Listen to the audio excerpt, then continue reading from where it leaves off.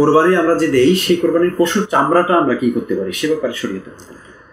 কোরবানির পশুর চামড়াও কোরবানির অংশ, আর কোরবানির কোনো অংশ বিক্রি করা যায় না, নিজে খাওয়া যায় অথবা দান করা যায়।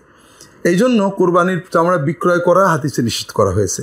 তবে গরিবরা যদি নিয়ে বিক্রি করে, অর্থাৎ দান করে দিলাম, সে মালিক হয়ে গেল, তারপর বিক্রি করে, এটাতে কোনো সমস্যা নেই। অথবা বিক্রয় করে টাকাটা দান করে দেওয়াটাও আলেমরা অনেকেই জায়েজ বলেছেন।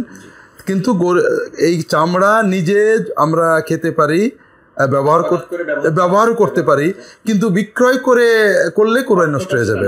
এই জন্য এটা গরিবের পাওনা, গরিবদেরকে দিয়ে দিতে হবে।